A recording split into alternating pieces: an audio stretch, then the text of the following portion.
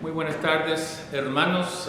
Nosotros ahora vamos a seguir con nuestro estudio de la primera carta de Pablo a los Corintios. Y hoy día vamos a tocar el tema de la disciplina, tanto de Dios y tanto de la iglesia, pero después de un breve momento de oración.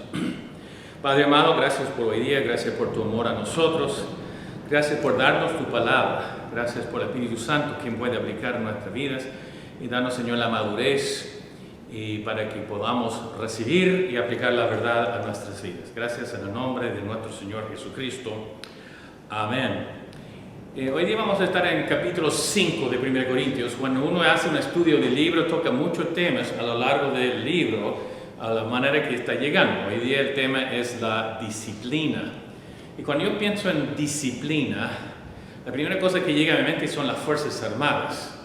Con mi hijo mayor que fue a Afganistán en Fuerzas Especiales, él recibió su entrenamiento a través de mucha disciplina. O aún yo, cuando estaba en la Fuerza Aérea en Estados Unidos, justo saliendo de liceo, entré y aprendí mucha disciplina por la primera vez en mi vida.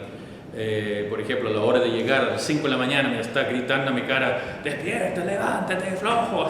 Y resulta que ahí haciendo ejercicios en la oscuridad en la mañana, tomando desayuno sin estar con hambre, ahí también los primeros días está sacando el pelo para sacar la identidad antigua, desordenada, y agregar una nueva identidad como parte de la institución, donde uno aprende disciplina.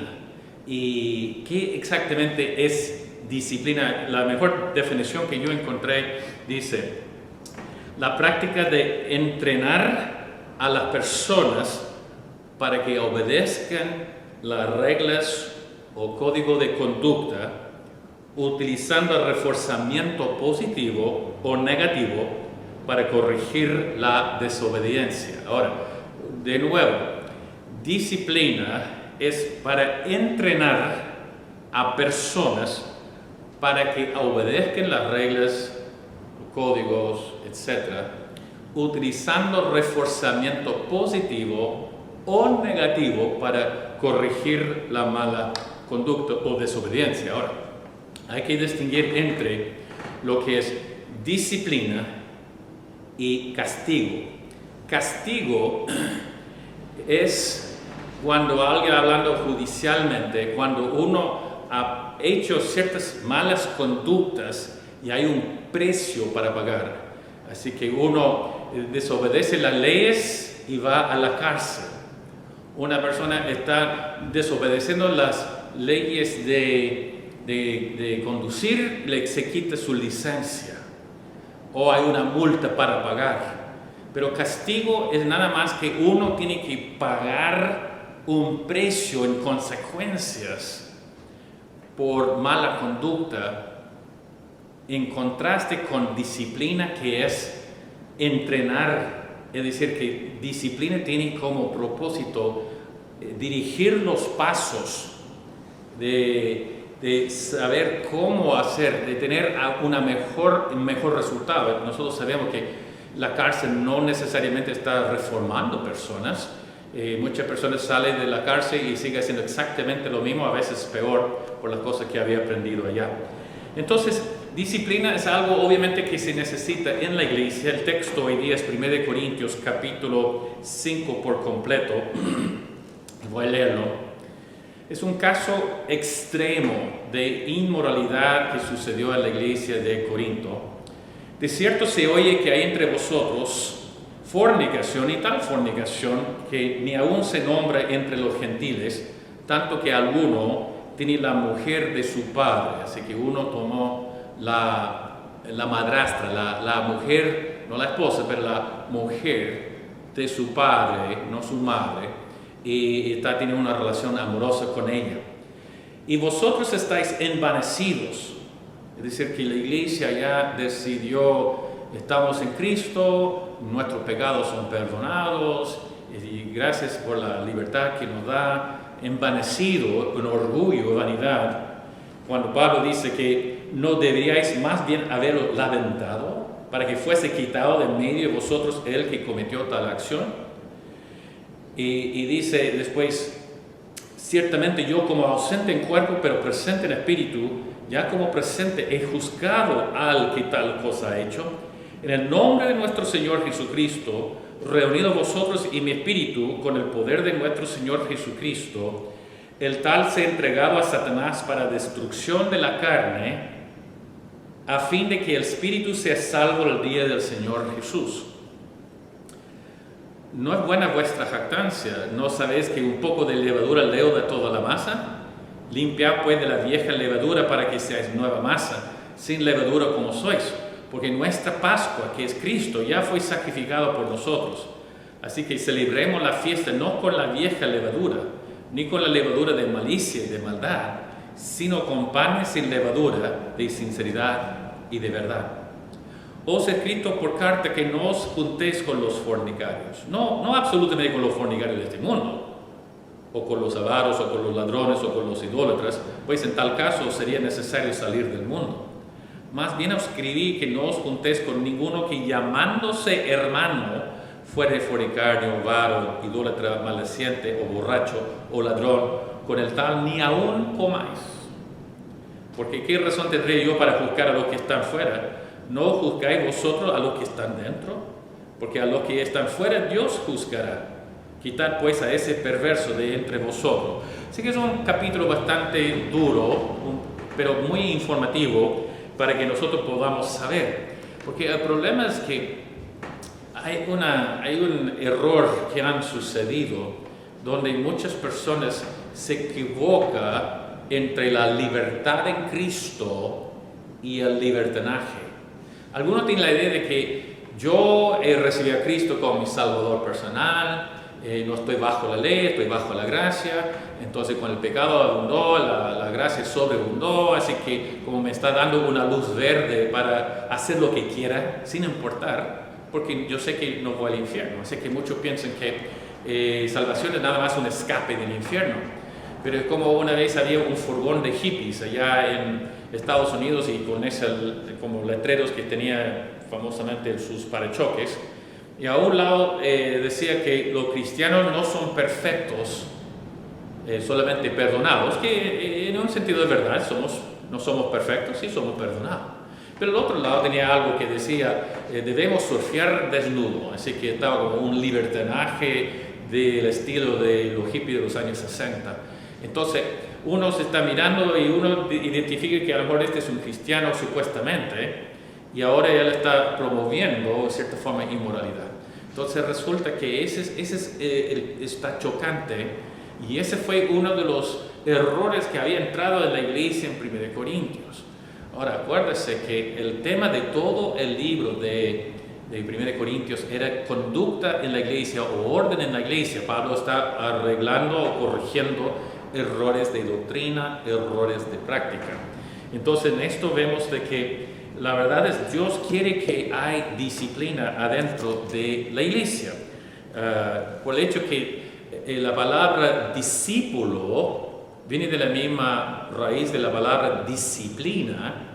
Un discípulo es un seguidor de Cristo que está bajo ciertas disciplinas, como el ejército del Señor o algo así.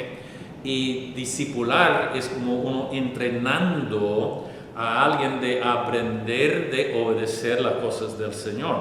En segundo de Timoteo capítulo 2 está hablando sobre la necesidad de disciplina en todo aspecto de la vida, tanto también en la iglesia.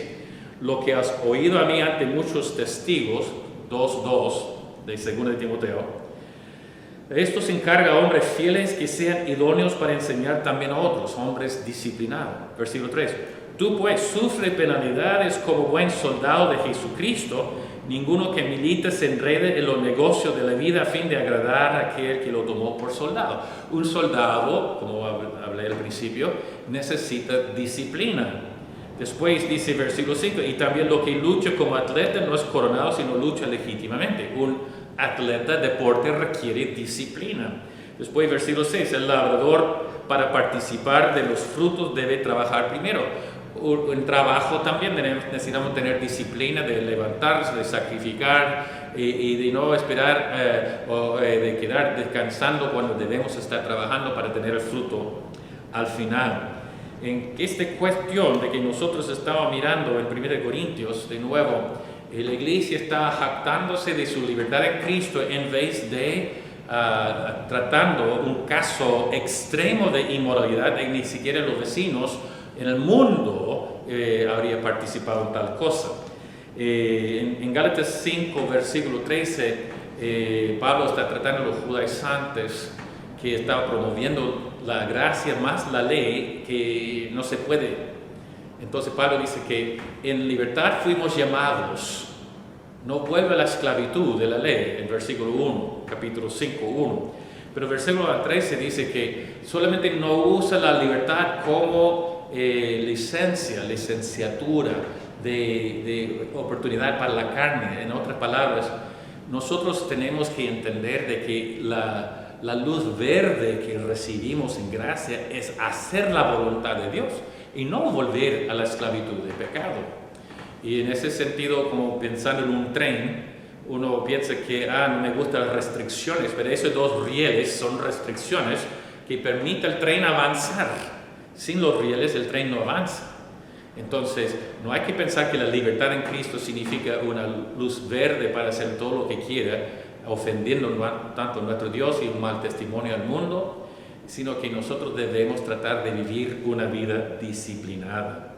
Así que ahora, en dos pasajes más, en el libro de Seguro de Pedro 2, versículo 19, habla de los que están promoviendo el libertinaje por la gracia de Cristo, y Pedro está advirtiendo, tanto Judas también en su carta también está advirtiendo de los falsos maestros que están introduciendo libertinaje en lugar de libertad. Entonces, con esto quiero hoy día tocar brevemente dos aspectos de disciplina que vemos en el mismo pasaje, uno más que el otro. El primero vamos a ver es la disciplina de Dios y el segundo aspecto es la disciplina de la iglesia. La disciplina de Dios es un hecho. El mejor pasaje está en el libro de Hebreos capítulo 12. En Hebreos capítulo 12 es bastante largo pasaje, pero voy a leer para que podamos entender la actitud de Dios en cuanto a su disciplina. Así que dice en versículo 5 de Hebreos 12: ya habéis olvidado la exhortación que como a hijos se os dirige, diciendo: hijo mío, no menosprecies la disciplina del Señor, ni desmayes cuando eres reprendido por Él, porque el Señor al que ama disciplina. El motivo de amor de Dios con sus hijos es amor, su motivo. Ahora, Dios castiga cuando, por ejemplo, castigo es decir que uno está echado por rechazar a Cristo en esta vida, va al infierno. Eso es castigo y no es castigo en amor. Pero disciplina está dirigido hacia los hijos verdaderos de Dios. Entonces dice: no desmayes cuando eres reprendido por Él, porque el Señor al que ama disciplina y azota a todo el que recibe por hijo. Si soportáis la disciplina, Dios os trata como a hijos o hijos verdaderos. Porque ¿qué hijo es aquel a quien el Padre no disciplina? Pero si os deja sin disciplina, de la cual todos han sido participantes, entonces sois bastardos, hijos ilegítimos y no hijos. En otras palabras, espero que yo, tanto como ustedes, todos nosotros tengamos disciplina de vez en cuando. Porque cuando nosotros caímos y Dios nos disciplina, esa es una señal de que somos hijos verdaderos de Dios y está disciplinándonos en amor. Si uno puede tener éxito en pecar, de ninguna manera puede considerar que es un verdadero hijo de Dios. Es un hijo ilegítimo. Entonces, en ese sentido, siguiendo, dice que, por otra parte, tuvimos a nuestros padres terrenales que nos disciplinaban y los venerábamos, honramos a nuestros padres, porque no obedeceremos mucho mejor al Padre de los Espíritus y viviremos.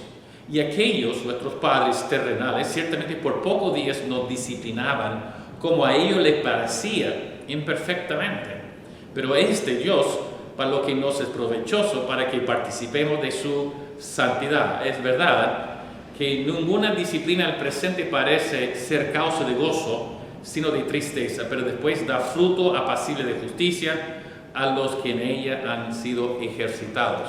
Nuestros padres nos disciplinaban ahí imperfectamente, pero Dios perfectamente nos disciplina para llevar al mejor resultado, que es que nosotros acerquemos a su santidad. Entonces, sabiendo de esto, que Dios siempre disciplina a lo que ama. En ese sentido, por ejemplo, si hay dos jóvenes, uno es cristiano, otro inconverso, que los dos están participando en un delito, y de repente están apareciendo las autoridades, los dos jóvenes, se huyen los dos, uno por un lado, otro por otro lado, estoy seguro que uno de los dos va a ser pillado por lo menos. Y no es el inconverso, es el creyente. Siempre el creyente se pilla, porque Dios no puede dejar que sus hijos tengan éxito en pecar. Como nosotros no tenemos castigo en la vida futura, entonces nuestra disciplina es ahora. El mundo puede tener éxito en su pecado ahora, pero su castigo viene en la vida siguiente. De esta manera, si yo, por ejemplo, tuviera mi hijo jugando con un vecino allá en el patio atrás de la casa, y de repente se está metiendo en cosas prohibidas, está prendiendo fuego y se pilló, prendió el arbusto, por ejemplo. Yo estoy mirando por la ventana y yo veo lo que está pasando, salgo corriendo. ¿Cuál de los dos hijos voy a disciplinar? No el hijo del vecino, voy a decir, vete a tu casa, vete. Pero mi hijo yo voy a decir, métete en la casa, vamos a conversar. Y ahí él va a recibir la disciplina. Dios no disciplina el mundo inconverso. Dios disciplina ahora a sus hijos y lo hace en amor para nuestro bien. El propósito en tal caso es la restauración de su hijo. De tal manera que aquí está muy severo la disciplina, porque dice en 1 Corintios nuevamente, dice que tal se ha entregado a Satanás para destrucción de la carne, a fin de que el espíritu sea salvo el día del Señor Jesús. Es grave aquí. Es como, por ejemplo, lo dice en 1 de Juan capítulo 5, versículo 16, que hay que orar por los que han pecado, pero no por los que han pecado con el pecado de la muerte. Ahora, en el libro de 1 Juan no especifica cuál es el pecado de la muerte. Pero a mi parecer es como alguien, como cristiano, recibiendo la tarjeta roja. Todos saben en el deporte, es cierto, que hay una tarjeta amarilla que amenazando, y después la roja está expulsado. Y resulta que yo me acuerdo de un campamento que hice en otra región y tenía varios jóvenes. Pero había un joven que tenía mucho potencial, es cristiano y todo, pero tenía mucho potencial, pero no pudo ponerse serio, y es mucho chacoteo y estaba echando a perder todo. En la prédica está riéndose y distrayendo, afuera estaba con mala actitud, etc. Entonces yo hablé con él. Yo dije, no tenía tarjeta, pero dije, tiene tarjeta amarilla, así que está amenazado. Y si sigue haciendo lo mismo, nos voy a echar a perder toda la semana con todos los otros jóvenes, algunos son inconversos, por actitud de uno solo. Así que si tú sigues lo que está haciendo ahora, vas a recibir la tarjeta roja. Yo voy a llevarte de vuelta a su casa, la semana va a seguir, lo voy a devolver su plata y nada, va a estar expulsado del campamento. Y resultó que él siguió y al final se fue. Pero al final para rescatar lo demás del campamento. Y yo creo que ese es el pecado de la muerte, que de repente hay un cristiano que después de una y otra amenaza del Señor de tratar de poner su vida en control, que no hay caso, y Dios sabe que su presencia está afectando su testimonio, su gloria, la iglesia, otros inconversos mirando, etc. Y Dios dice, ya basta, a casa. Y este cristiano está llevado anticipadamente a su presencia. Entonces, con esto nosotros sabemos que Dios siempre está trabajando para la restauración. Y aún en el caso de 1 Corintios 5, el tal sea entregado a Satanás para la destrucción de la carne, es severo, pero a fin de que el espíritu sea salvo el día del Señor Jesús. Igual Dios está usando la disciplina con un positivo, es decir, tratando de rescatar, restaurar su hijo para seguir en la iglesia, para seguir en su camino y ser utilizado por el Señor. Ahora, nosotros sabemos de que muchas veces hay consecuencias que tenemos que pagar por pasado. De repente el ladrón en la cruz aceptó a Cristo cuando Cristo dijo, hoy tú estarás conmigo en el paraíso, pero igual murió colgado en la cruz por sus crímenes. Igual podemos ver Pablo que Pablo, antes de su conversión, perseguía fuertemente a la iglesia, él detenía a hombres y mujeres echando en la cárcel y aún llevando gente hasta la muerte. Y Pablo, después de convertirse, tuvo que pagar en el sentido de la ley al principio de sembrar y cegar. Pablo sembraba persecución a la iglesia y Pablo cosechaba lo mismo. Pablo fue perseguido fuertemente. Pablo fue detenido, encarcelado y al final murió como mártir por su fe, como las consecuencias de la ley de sembrar y cegar. Pero ojo, no todo lo malo que sucede en la vida de uno es castigo o disciplina, porque ¿qué es la primera cosa que sale de la boca? Miren lo que está pasando. Señor, ¿qué he hecho para merecer esto? ¿Cierto? El auto se quedó en pana, una cuenta llegó, la suegra decidió quedar 2 semanas. ¿No? Señor, ¿qué he hecho para merecer todo eso? No todo lo malo que sucede en la vida de uno es disciplina o castigo.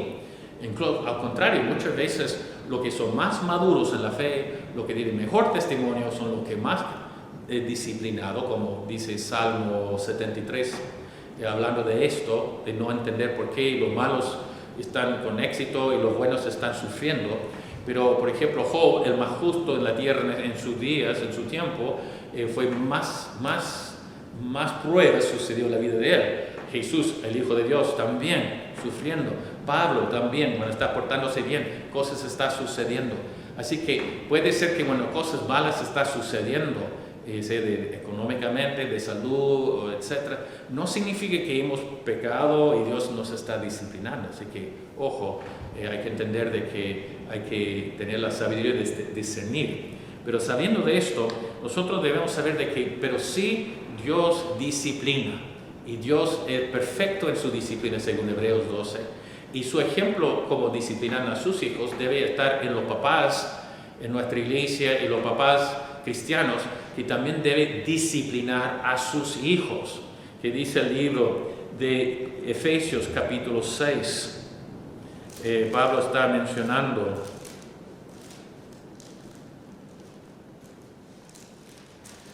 el versículo 4. Vosotros, padres, no provoquéis a ira a vuestros hijos, sino criarlos en disciplina y amonestación del Señor. De nuevo, papás, la diferencia entre castigo y disciplina. Castigo sin amor puede que está provocando a ira, como pasaje 6.4 de Efesios. No debemos estar disciplinando, enojados, fuera de control, sacando nuestra rabia. No debemos estar como puramente pagando las consecuencias por lo que ha hecho, sino que disciplina tiene como propósito de restaurar al hijo, de entrenar a obedecer en la forma correcta, mejor actitudes y conductas. Si son 5 años de edad, le toca más a su conducta. Si son 15 años de edad, está hablando más de sus actitudes. Pero sí o sí, los padres deben disciplinar. Y no tengo tiempo para mostrar en Proverbios cuántos versículos que dice, padres, hay que disciplinar al hijo mientras es joven en su casa, mientras que es niño. El que ama a su hijo va a disciplinar. Hay que instruir el niño en el camino para que cuando sea viejo no se aleja del camino. Así que, pero eso es para otra lección, otro día vamos a tocar el tema de los papás que están. Pero mientras tanto, de nuevo sabemos de que no todo lo difícil que llegue en nuestra vida es una disciplina. Por ejemplo, Pablo sufría una enfermedad de ojos y cuando él pidió 3 veces que el Señor lo quitara, Dios dijo, bástate mi gracia. Mi poder se perfecciona en la debilidad. Y Pablo dijo, en esto yo voy a dar gozo en tener enfermedades, aflicciones, etc., porque cuando soy débil, ahí soy fuerte. Esa es la parte de disciplina, muy breve, de la parte de Dios sobre nosotros. Pero lo que sí quiero tocar aquí en 1 Corintios es la disciplina de la iglesia. Y cuando la iglesia está haciendo lo correcto, está haciendo la disciplina, como dice acá, versículo 2, dice que ¿por qué no la ha aventado? ¿Por qué no fue quitado tal persona? O el último versículo, quitar pues ese perverso de entre vosotros. Esa es disciplina. Yo he visto iglesias de un lado a otro. Hay un lado hay iglesias que nunca practican ningún tipo de disciplina, y el otro lado hay iglesias que su disciplina nada más que es castigo. Y como se dice, el ejército cristiano es el único ejército que cuando tiene uno de sus soldados heridos en el suelo por haber caído, van a llegar y empezar a patearlo en el suelo. Y hay iglesias que tienen ese testimonio de que alguien hace cualquier cosa y ¡pa, pa, pa! Sin amor. Y está expulsado y nunca más puede volver. El equilibrio es la actitud que Pablo está mencionando aquí en 1 Corintios. Entonces yo quiero mencionar que hay 3 razones por que la iglesia debe disciplinar. En primer lugar, en capítulo 6 de Gálatas 1, el propósito principal de disciplina es la restauración del culpable. 6.1 de Gálatas.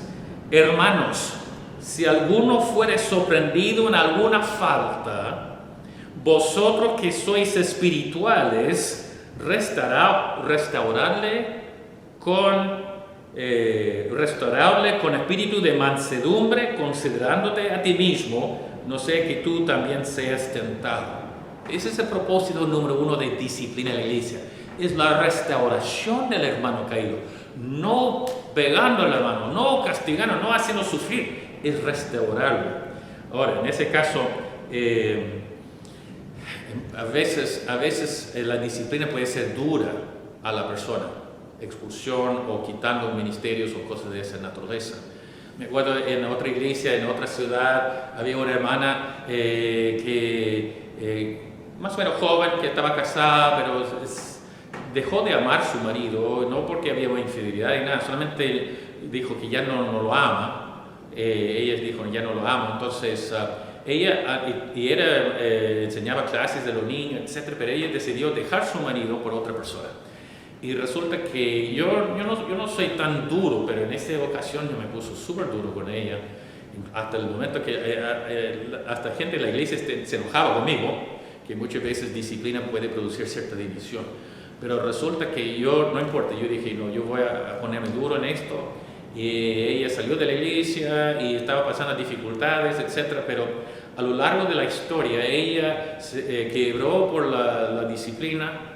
Llegó, pidió perdón, volvió con su marido, restauró su matrimonio, volvió a la iglesia, aunque no pudo volver a su ministerio, siguió en la iglesia por un buen tiempo con una buena actitud y Dios ya había restaurado a ella.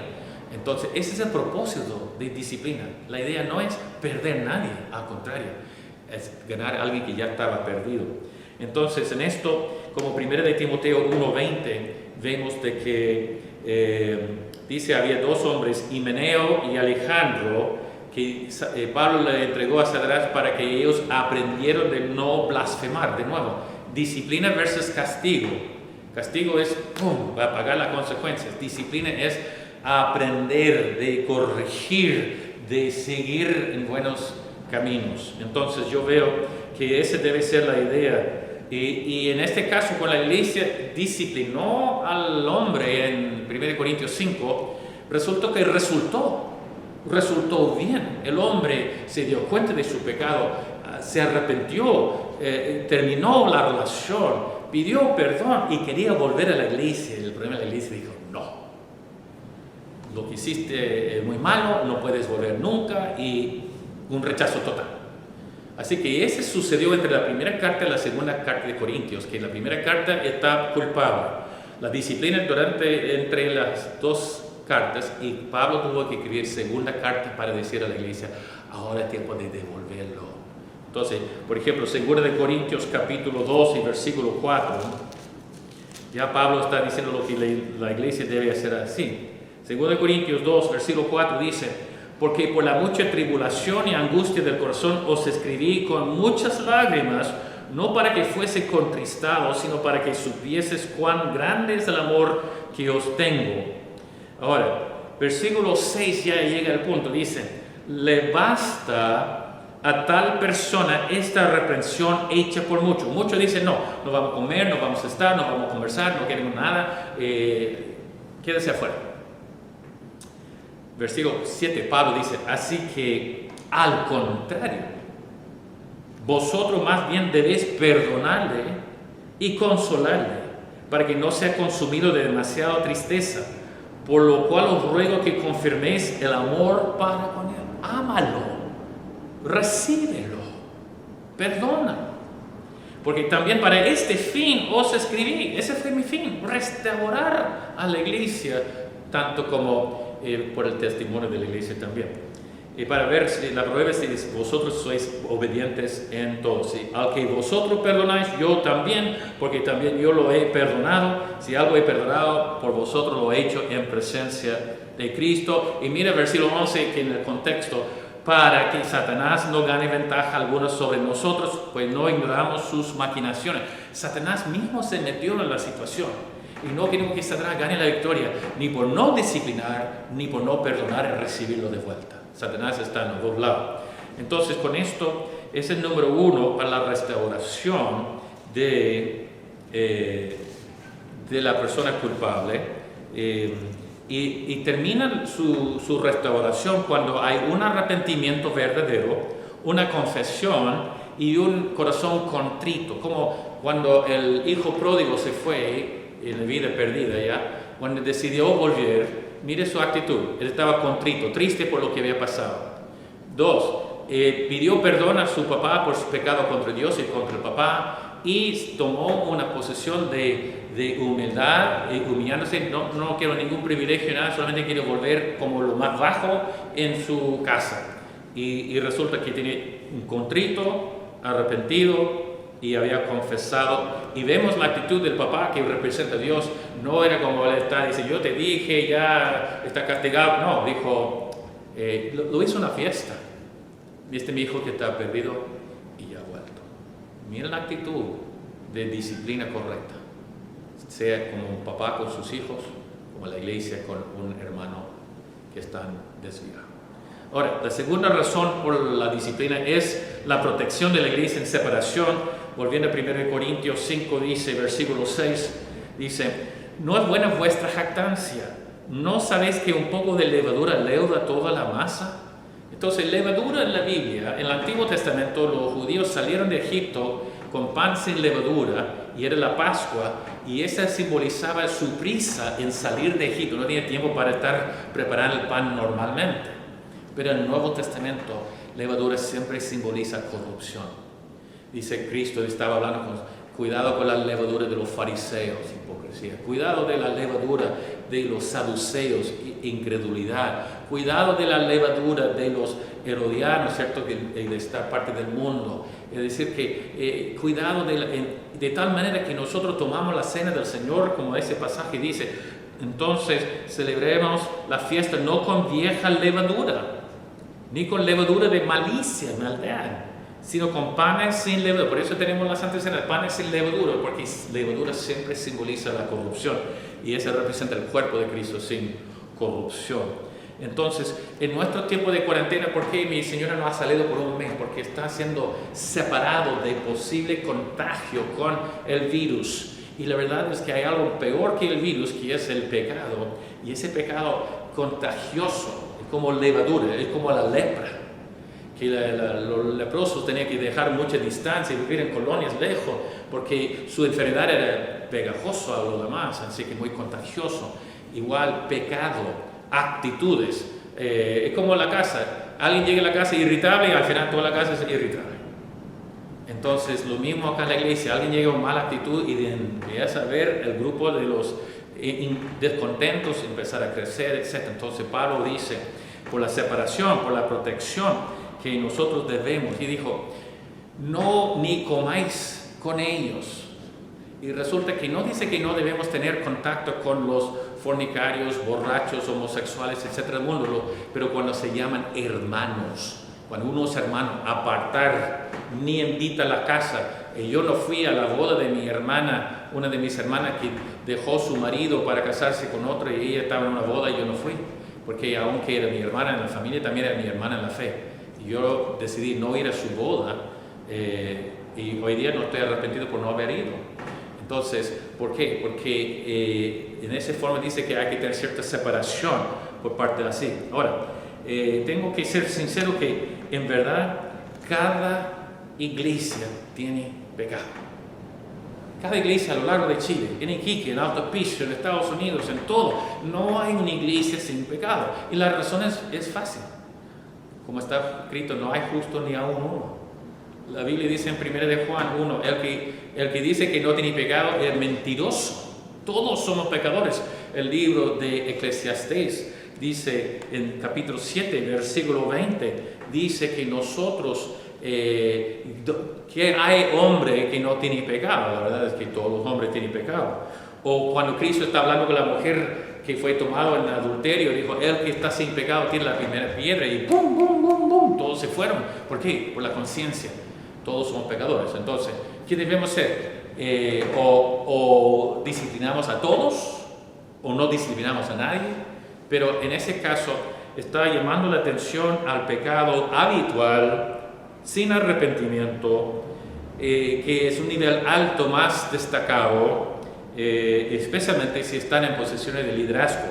En 1 de Timoteo capítulo 5, Pablo está hablando de esto y dice, a los que persisten, ahora, versículo 19 dice, contra un anciano no admites acusación sino con 2 o 3 testigos. Está hablando de alto nivel en la iglesia.